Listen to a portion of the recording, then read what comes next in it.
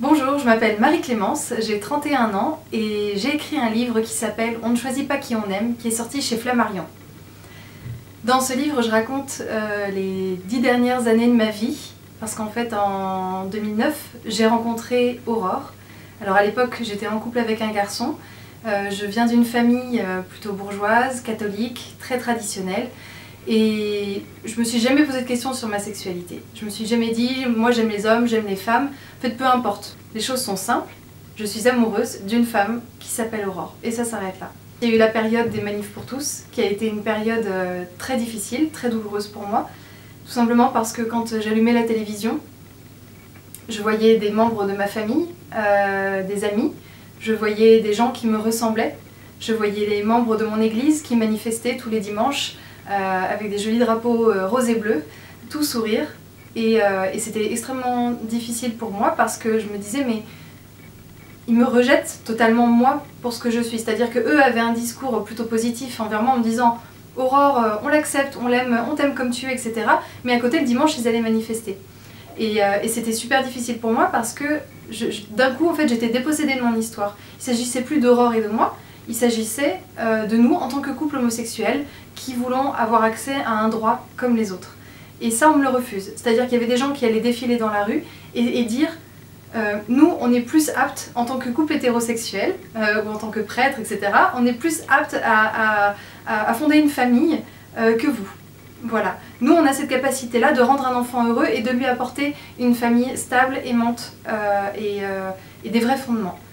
Et pour moi c'était très difficile parce que d'un coup il ne s'agissait plus de mes propres désirs, mais il s'agissait des désirs de la société. Et ça a été une période longue, parce que ça a duré très longtemps toutes ces manifs, mais ça ne nous a pas empêché avec Aurore de nous marier.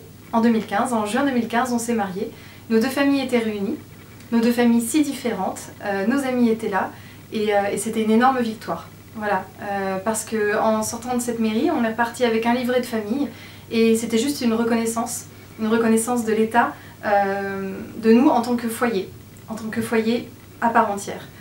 Et voilà, et depuis les choses ont encore évolué puisque en 2017 on a engagé des démarches de PMA. On a dû partir en Espagne, à San Sebastián, dans une clinique donc espagnole, pour donc faire une PMA, parce qu'en France c'est interdit pour les couples de femmes. Donc période aussi à la fois heureuse et difficile, parce qu'on a l'impression de faire quelque chose en se cachant, on est obligé d'aller à l'étranger pour faire quelque chose qui pourtant est absolument naturel, qui est juste le désir de fonder une famille, ni plus ni moins, il ne s'agit pas d'un caprice. Donc ça a été long, ça a été difficile, douloureux, mais en juillet 2018, on a donné naissance à Charlie, notre petite fille, qui est aujourd'hui à 10 mois, qui va très bien. Et voilà, et on forme une famille, toutes les trois, une famille normale. Mon rapport à l'église, il a évolué avec toutes ces années. Avant, j'allais à la messe tous les dimanches, un peu par habitude certainement, comme beaucoup de gens pratiquants, mais aussi parce que tout simplement j'ai la foi. Et puis au moment des manifs, le fait de voir l'église s'engager dans ces sujets-là, ça a été trop difficile pour moi. C'est-à-dire qu'au départ, je me disais, bon, j'essaie de faire la différence entre l'église et puis l'église qui est dans la rue. Mon église au quotidien et puis ceux que je vois manifester. Et puis un jour, j'étais à la messe et j'ai reçu un tract pour aller manifester, pour aller faire les manifs pour tous. Et puis une, deux fois, trois fois, j'ai entendu des prêtres dire dans leurs homélies qu'ils étaient contre le mariage, en tout cas y faire des grosses allusions.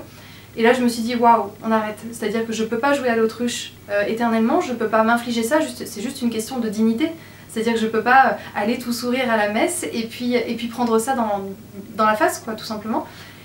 Donc à ce moment-là, j'ai décidé juste de prendre un petit peu mes distances. Et puis je me suis juste rendu compte qu'en fait l'église est une institution dirigée par des hommes.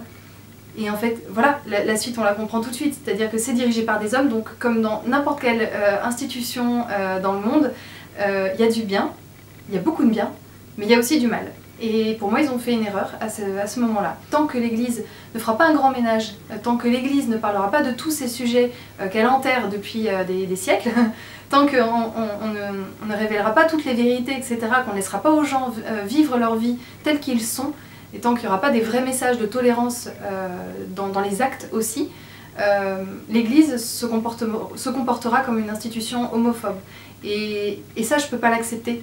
Malheureusement, juste à un moment, c'est aussi ma responsabilité en tant que chrétienne de dire non, je ne suis pas d'accord. Je ne suis pas d'accord avec certaines églises, parce qu'il y a des courants, comme partout, il y a des courants plutôt homosensibles, comme ils disent, et puis des courants qui sont clairement homophobes. Mais en tout cas, pour ces derniers, juste je peux pas l'accepter, et je veux surtout pas qu'on me rattache à eux.